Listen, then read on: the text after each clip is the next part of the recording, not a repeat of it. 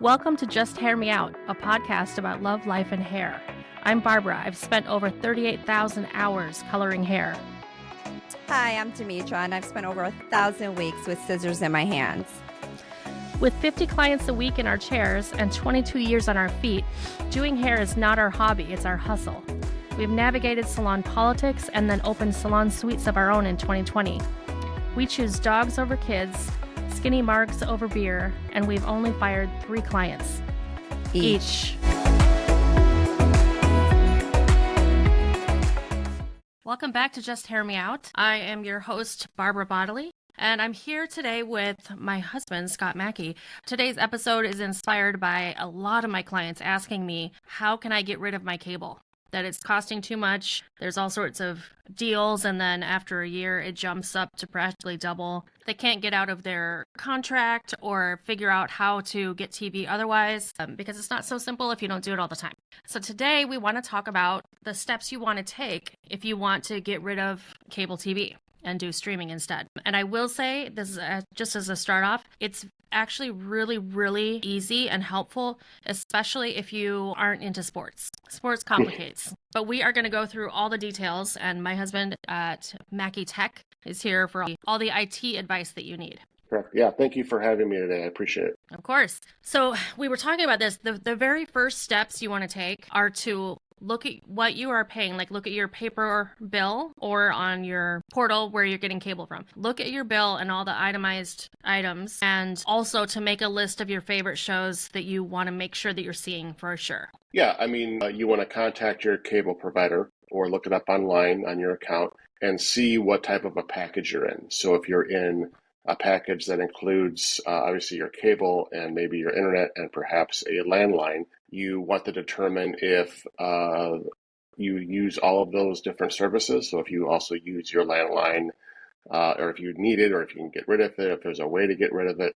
I got rid of my landline 15 years ago probably because I was just receiving telemarketer calls on it all the time. So that's something you can determine. With respect to the packages that you're in, see if there's a way that you can get into a different package that does not include your cable. And if you're going to be, whether that's going to be more affordable or if that's going to be extending your contract, that's one of the things that you want to look at. Yes, I want to say I've had experience with calling some of these companies, and from what I've heard from my clients, it can be really tricky. They make it really difficult, actually. They have very good salesmen that will talk you in circles.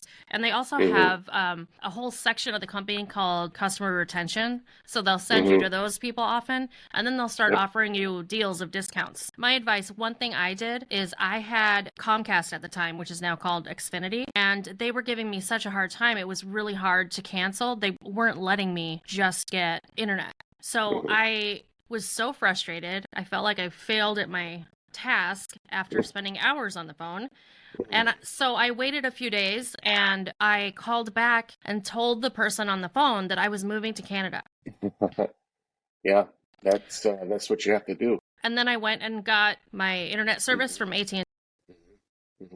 Yeah, you're right. They are responsible for retention. So whatever they can do to keep you on your current plan or to get you on a different plan, their next step is either, if they can give you a lower rate, that's one thing. They'll probably want to get you on a new contract is probably what they'll try to do because retention is important, and that's, a benefit to them. And, that's one of the things that as a negotiation, you can say, in lieu of me canceling outright, I would be willing to entertain a longer agreement if you were to get me off of cable and get me a better price or whatever the situation is. But there's usually it's not that big of a deal. It's been happening for a long time. There was a big, what they call cut the cable craze back in, I don't even know what it was, 15, 20 years ago. And it's been going on. And I think the older generation, is probably the biggest demographic that still has cable in some way, shape, or form, because like you said, they probably don't know how to get rid of it, or they're not comfortable. They don't really know how to do it. And there's a lot of options and it can be confusing. I would say for sure it is cheaper to stream. Yeah, we'll go through the options. But one of the things with this is if you look at what you're paying without talking to somebody, you can kind of decide So I think it would be best to decide on your own because, of course, they're going to talk you into staying. So if you decide from listening to the rest of this podcast that you want to get rid of cable, only call them and do not take no for an answer. Your choice is your choice. And if they won't give you internet service without bundling it with other things, then cancel all of it or lie and say you're moving to another country. Europe works too. Yeah, and it doesn't hurt to be a little proactive. Do your research, look on their website, see what packages they offer, look at their competition, see what their competition offers. So you're not asking, you're saying, this is what I'm going to do. I'm going to cancel this. Please remove that, add that, whatever it is you want to do. I think there was a statistic a couple of years ago that I read that people that have cable only watch about 5, maybe 10% of all of the channels that they have, which is just a ripoff. You're paying $130, $200 a month for most of the stuff that you're not even watching, and 90% of that, maybe 95, can be gotten through streaming services. And that's one of the things that you want to understand is that not everything that you watch is going to be available on streaming right away. There might be alternatives you have to do to have services that have ads on them, or you might have to pay an extra a little bit here and there to get what you want. But in the end, as Barbara said, you absolutely will save money. No question about it. Yes. So I think it's important to be looking at the bill because they will tell you how much the cost is, but then you look at your bill because the cost will also have $30 to $50 more of service fees on top of it. Yep. So make sure you know like what figure you're talking about. It's just a little bit of a racket, being honest. It is. Oh, yeah. They're big corporations. They're going to do whatever they can to save the account. So something I didn't know when I was looking up, by the way, is that Comcast is now a much bigger company. I mean, when I was growing up, Comcast was my cable company. But Comcast is owned by NBC. So just saying, if you want to get out of the big machine, get your internet service through AT&T and just get rid of any sort of bill you have with Comcast. And you might have to say you're leaving the country. Part 2, making a list of your favorite shows. Now, I think we should all be a little flexible because you're going to open yourself to so much TV. You won't have time to watch everything you want to watch. But if you have favorite shows, I think it's important to list them out, what you are currently watching that you definitely want to see going forward. And then here's the trick. Once you have that list, you want to either go to a website such as reelgood.com, REELGOOD.com is a website that is like a channel guide, takes the place of that from your cable, Or there's an app on your phone called Just Watch, JUSTWATCH. And Just Watch, I mean, I prefer the app. I use it on my phone all the time. It is awesome. You create a little account so it can, it's free. And it keeps your information with your account. And you can put which streaming services you have. And there's tabs to show you what's playing on your services. And also there's a search tab like the Looking Glass. And you click on that, type in a TV show name, and it'll show you all the different streaming services that it's available on. Right. So you could go down your list and of your shows and see if 90% of what you want to watch is on, Max, HBO Max app, then wow, I could just have that and maybe one other thing. Correct. Yeah, and just to kind of piggyback off that, you already mentioned HBO Max, but that brings us to, what is a streaming service? What does that mean? Netflix is a big one, Hulu, HBO Max. HBO used to be just HBO. Now it's just Max. There's Peacock, Paramount, Disney Plus. And those are all independent. They're all independently owned. Some of them, they have deals with one another where you can subscribe through like Showtime to get Peacock at a discounted rate. A lot of times, like if you sign up for AT&T, as Barbara mentioned, they'll throw in a subscription to Peacock. There's, Apple TV. So there's all different types of services, and they have what they call original content on those services. So as an example, when Netflix came out, I think one of the first original content they had was Orange Was the New Black. I'm sure there was other ones before that, but that was one of the big ones that really took off for them. So that's one of the things you can do is those streaming services are a paid service, just like your cable bill, but they're significantly less expensive, like maybe $5, $10, $15 a month, depending on whether or not you want high quality, whether or not you want ads, whether or not you want to stream it on different devices, and we'll talk about how to stream it in a little bit. But they're services that you pay for, and they're subscriptions. So they're monthly subscriptions you can cancel at any time. You can use them on your phone, you can use them on your computer, your television, that we'll talk about. And when we talk about original content, that means that company, like Netflix, paid for it and made it, is their original content. And then I want to say a lot of people, because Netflix has so many shows that you can't get from other places, like it definitely won't be on cable. I know a lot of people that have cable and Netflix. So you can arguably, be using your Netflix still, cut your cable all the way out and grab one or two other streaming services, and you have plenty of TV. And I wanted to point out, this is kind of like jumping ahead, but just to keep in mind, certain apps like Just Watch, the one I use, is really good for watching your subscriptions. So because you have everything on there and you see when they run out. So for example, sometimes I'll find a show, I'm just thinking of one. I'm not a big person for Peacock, but I periodically will get it for a couple months to watch a couple shows. There's this show called Below Deck. Is that on Paramount Plus or Peacock? I can't remember, but anyway. It's on Peacock, yeah, for sure. So, I mean, there's certain things where it's like, I'll grab it for just a little bit. So think of it even as, I know some people, if you're trying to be like streamlined and be a little frugal with your entertainment, like they might get HBO for like the fall months because certain shows will be airing and then they cancel it. So you can do that all the time with these other services as well. So for example, I think it's quite prudent to have like certain ones all the time, like maybe Netflix and Max. I do like to watch a lot of TV. So maybe have those two. And then periodically I either would have like Peacock or Paramount Plus, or if I just feel like I have a lot going on in my life, I might just cancel all the other ones until, if you have surgery, you want to get, let's get an extra one, if you're going to be at home. So yeah, and that's the thing with you adopt these streaming services like Netflix and Max because you have your favorite shows that you like to watch on cable. And then they have the original content that you can't live without. Like Below Deck is like an obsession. It's just such a great show. And or Billions on Showtime. Just two of our favorites. As Barbara said, we might turn the services on and off depending on when a new season starts for a particular show. So that's one thing you can do, and you can't do that with cable. You can't call up your cable company and say, hey, turn it off for a couple of months. I'm not going to use it. Whether you're using it or not, they're going to charge you. So none of them have any type of NEO contracts or anything like that. So that's a big benefit. Yeah. And so one thing I did want to point out is that you will be forfeiting a couple things, probably. And let me tell you why. There are streaming services that are just like having cable. So it's streaming live TV. And those are more expensive. I would say $50, $60 a month for those. And that is, I'm going to read you a little list.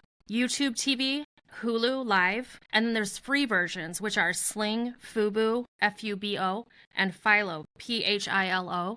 So the free ones, Sling, Fubo, and Philo, are, that sounds like a really bad song, doesn't it? What's that? Swing Low Fibo? Sorry. Sweet Chariot. Anyway, those automatically, because they're free, you're going to have commercials. Right, yeah. We forgot the big one, Amazon. Amazon Prime is part of it. You have Amazon Prime, you get Amazon as a streaming service. They recently added to their service, they added ads. So now you have to sit through that. So I think they're coming out with a paid version where you can pay them the ads. But there's a subsection of Amazon TV called Amazon Freevee, Freevee, and that is where there's absolutely commercials you have to sit through. Okay. So here's the other thing. So going back real quick, YouTube TV Live, and I think it's YouTube TV Premium and Hulu Live. Those are the ones that are a little bit more expensive than the other streaming services. Me personally, I don't like it at all because when it's live, you have to see commercials. Yeah. And so I would rather wait till the next day, regardless, to avoid the commercials because it saves time. If you're somebody that doesn't mind the commercials and you want to watch it live, by all means. But those would make you comfortable because they'd be very much like cable where there's a set time. I love streaming services without commercials where regular Hulu you can pay for. It's cheaper if you watch the commercials. on the pre-recorded, and then it's a little bit more expensive not to because the people putting the ads out aren't paying for that, right? So you're going to pay for it. But if it saves me 15 minutes off each show that I watch for an hour, that's kind of a big deal to me. It kind of depends on your priorities. Exactly. Yeah, it's all, they all have a plan for everybody with regard to, what you want to engage with and what your favorite shows are. There's going to be something for everybody for sure. Yeah. But if you don't have live TV, if you're not going to have one of those, you're going to be missing out on certain live sports unless you get a specific streaming service for that. And a lot of live local news, which I actually hate. I feel like news has become something absolutely different than what it used to be.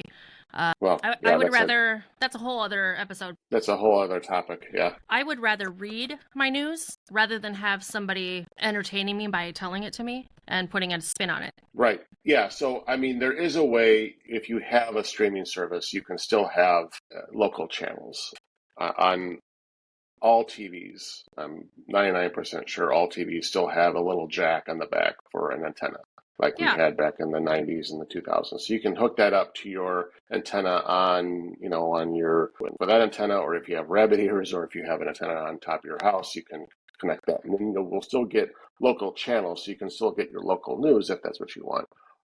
And with respect to sports, you can get what's called ESPN Plus, which is an add-on to Hulu.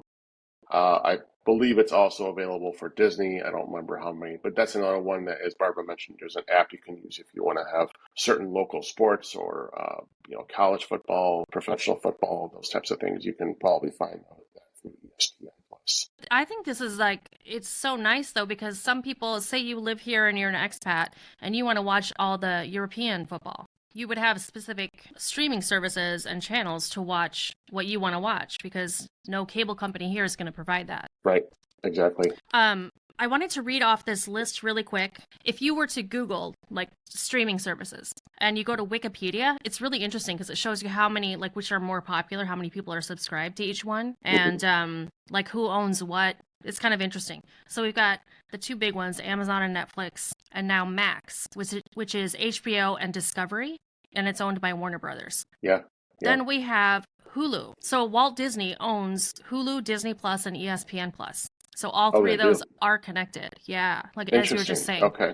Interesting. Okay. So just for the average listener, Scott and I don't watch sports, and we don't have kids, so I feel like ESPN and Disney are just off my radar completely. Yeah. Then we have Paramount Plus, which is CBS and Showtime, and that the CBS is the one with the eye. The logo looks like an eye. Mm-hmm. Commercial broadcast system. Then we got Peacock, which is NBC with the Peacock logo, obviously, and that is their parent company of NBC is Comcast. So then YouTube Premium, Apple TV Plus, Stars, which is Lionsgate, and another one I just got to put in there because this is kind of my jam, BritBox, which is BBC and ITV. So it would be channels that are originating in England. So if you're into the British TV, that's where you would see it. That's a lot of good stuff on there. Don't let her tell you different. British TV is awesome. Yeah. So, and listen to this. So I didn't even know this. So free services. I mean, this is just the same as if you used your antenna and got the basic 10 channels free just from receiving them through your antenna. Yeah. Just local channels that are free.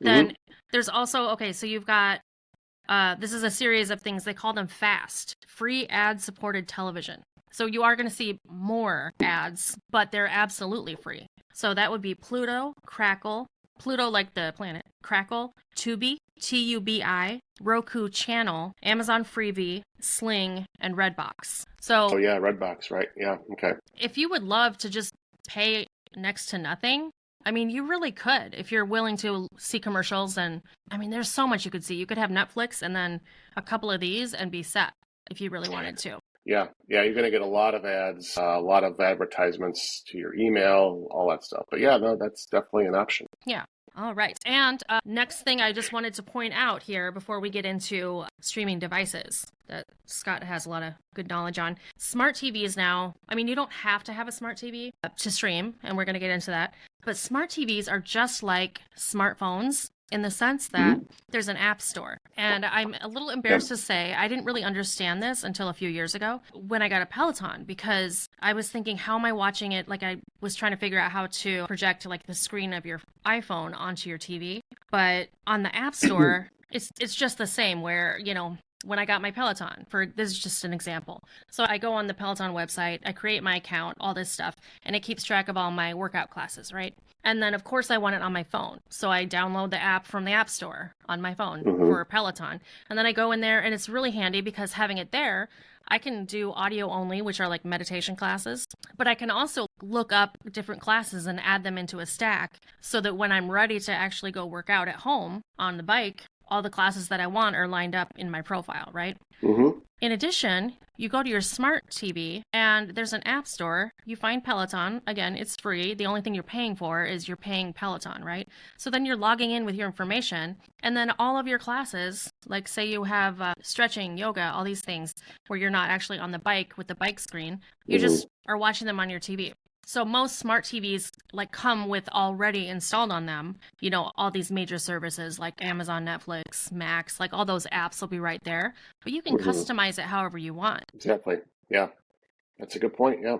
And you know, any smart TV, they're ubiquitous. So any TV you buy today is going to be a smart TV. It's going to have the remote for your TV will have, you know, streaming services as one of their buttons. Like it'll have a Netflix button, it might have a Max button, depending on what type of TV you bought. So all TVs, like Barbara said, are just like your smart devices for home. For your tablets, for your phones, they're going to have an app store that you can download, and they're going to be like Google Play, because most smart TVs are based off Android phones. There's the same operating system. So yeah, they're very easy to use. Now, if you don't have a smart TV, say you have an older TV that you want to keep using that is not a smart TV, then all you need to do is have a streaming device. But there's also many reasons to use a streaming device with a smart TV. And I really get annoyed by having 7 different remotes and a lot of buttons. So I got to tell you, I was like amazed when I learned from Scott the joys of Apple TV 4K. Take it away. Well, yeah. So this is our Apple TV remote. This remote does everything, and you can talk to Siri on it. Okay. You can have a interactive conversation with artificial intelligence through this if you're bored or lonely. Yeah. Or if you want to push the button and say, I want to watch Below Deck, and it's going to show you, bing, bing, all the places on your TV where you can watch it. And you click on one of them and you watch it. It's so easy. Correct. And that is not isolated to the Apple TV remote. But yeah, this remote is nice. It's you know, Apple's low profile aesthetic, where it doesn't have a lot of loud stuff on here. Sometimes it's annoying because it's very, very, very easy to lose in your couch cushions. Anyway, I digress. But yeah, any smart TV or smart streaming device is going to have, like, you can call it a smart remote or whatever you want to call it. So on this, there's a little button right there that you can press that will turn on the microphone, and then you can tell it if you want to watch something, if you want to turn the volume up, if you want to turn on subtitles. All the remotes for streaming devices or smart TVs are going to have something like that. And just real quick, so like a streaming device, you know, we're kind of Apple people. So our favorite is Apple TV 4K, not to be confused with Apple TV Plus, which is an app and their channels. So there's original series, TV shows from Apple TV Plus. Apple TV 4K is the little box that comes with this remote. So you plug the box into your TV, and other examples of a streaming device would be like a Fire Stick, Roku, which is less popular now, but it was like one of the first really awesome, like little doodad. You plug it into your TV, and then you're streaming the internet into your TV and watching those channels. Yep. So what I'm going to do, I'm just going to real quick, I'm going to share my screen, and I'm going to show you Apple TV here. So this is what the device looks like. This is a little, oops. Yep. Can we see that, hon? Yes. And so we can see like how big it is compared to, for scale, to see the size. And can you hold up the remote one more time? Yes. So like, that's the remote. Yeah. Yeah. And then, so that's the Apple TV. So as Barbara had said, there is the Apple TV device, the little box that you plug into your TV. And then there's the service that you pay for monthly, and that's Apple TV Plus. And then likewise, you have services like Amazon Prime, which is a streaming service, and they also have their own boxes because they are trying to create what they call an ecosystem. So they want to create a system where you have an Alexa that you have in your home for as your AI assistant or to check the weather and those types of things. And then you have a TV box that is for your Amazon. Google has the same thing. They're all trying to kind of keep you in their circle. They call it their ecosystem. So it just makes things work better together. So I just want to show you one more thing while we're on the topic of boxes. This is another example of all the different types of streaming boxes you can get. And they also call them sticks, don't they? Like, isn't it an Amazon Fire Stick? Mm-hmm. Yeah, so you can get sticks. There is an Amazon Fire Stick right here. There is an Amazon Fire TV Cube. That's a Roku remote. That is an Amazon Fire Remote. That's a kind of a bad picture. That's what they call this one here is called Chromecast. That's by Google. This is a good article. It just talks about different streaming devices you can have, and they all plug into your TV. And then you just switch to that input on your television, and you have your streaming box. And as Barbara said, I don't like smart TVs. The interfaces are not. They're kind of clunky. They're not real intuitive, in my opinion. I like the Apple TV. It's just very, very easy to use. You just click a button and then you just go to what you want to do. There's not a lot of jumping around. So, and I wanted to say, like, in addition to having a smart TV, I really love having the Apple TV 4K box because of, whoever's setting up your TV should sync everything up. So, for example, we only use that little remote. 95% of the time, that's the only thing we need to use. And there's, like 10 buttons on it. So the Apple TV 4K will upgrade the picture and sound a little bit, and it's faster playback, and it's got the Siri in it, the Siri voice, which is awesome because I think it totally takes the place of having a TV guide channel. Obviously, you don't have something like that because everything is pre-recorded. It's not like you're looking at what's available right now because everything is. But what's awesome about the Apple TV 4K is it organizes everything so that when you turn the TV back on, it'll have all the apps below, and then on the top, it'll show each thing, the last 7, 10 things you were watching. So you can go right back to it. And it just kind of streamlines because, as I said, you can hold down that button and talk to Siri and say what show you want to watch. And it takes you right to it. Exactly, yeah. And if you were to look at a smartphone or a tablet, with respect to Apple TV anyway, it's organized the same way where you have an app store, you can have a YouTube channel, you can have something for your pictures, with Apple TV, you can pretty much do all that stuff. That's just the box. That's not the service. The service is that's where you get their original content. Yeah. Whenever you buy an Apple TV 4K, like the box, they will give you a few months free of Apple TV Plus. And so it's worth just checking it out. I mean, there's a few shows that are really great on there that are original, but that's another one of those where I feel like, for me personally, it's not like I want it all the time. I might get it for 1 month out of the year and watch a couple shows. Right. And so just to piggyback off what Barbara said a little while ago, when you get a streaming service like this, whether it be an Amazon Fire Stick or an Amazon Box or a Roku, the remote that came with that device, whether it's just Apple TV, this is going to be your primary remote going forward. So this is going to be the remote you have. You have your volume buttons on here, the plus and the minus there. You have your pause and play. The button on the top is for navigation, and the one way up here is for turning on and off. There's also a mute button here. So this is going to be your default remote. A lot of it also depends on how your home entertainment system is set up. Ours is set up where I just press a button and everything turns on. So it just depends on how how geeky you have your stuff set up. But you might have to have a couple other remotes depending on how you're set up. You might have to keep the remote for your TV. It just depends. Or you can have someone like Scott come over and sync it all up. That's right. You can have me come over, throw in a pot of coffee, and we'll watch some football. Never. All right. I think we kind of covered everything we wanted to talk about. Yeah. And do your, like we said earlier on, do your research. There's a lot of different options out there. You can go to, as ironic as it is, you can go to Amazon and type in streaming box or Amazon Prime or Apple TV, and they'll have a number of different options depending on how, what type of content you want to get. And Barbara said, we have the Apple TV 4K. There's also the Apple TV I think 2080, which is just a lower quality. It's still fantastic quality, but it's just a lower quality, and it's going to be more affordable. And there's different levels of streaming boxes depending on how much high quality you want in your box, and if it does other things. There's an Amazon Firebox that will integrate with your TV and become your Fire Stick as well as your Alexa. So it just depends on what you want to do. I'd start small if you're not really sure. Yeah. And go from there. And you can certainly, as Barbara said, you can certainly reach out to me. I'm at www.mackeytech.org,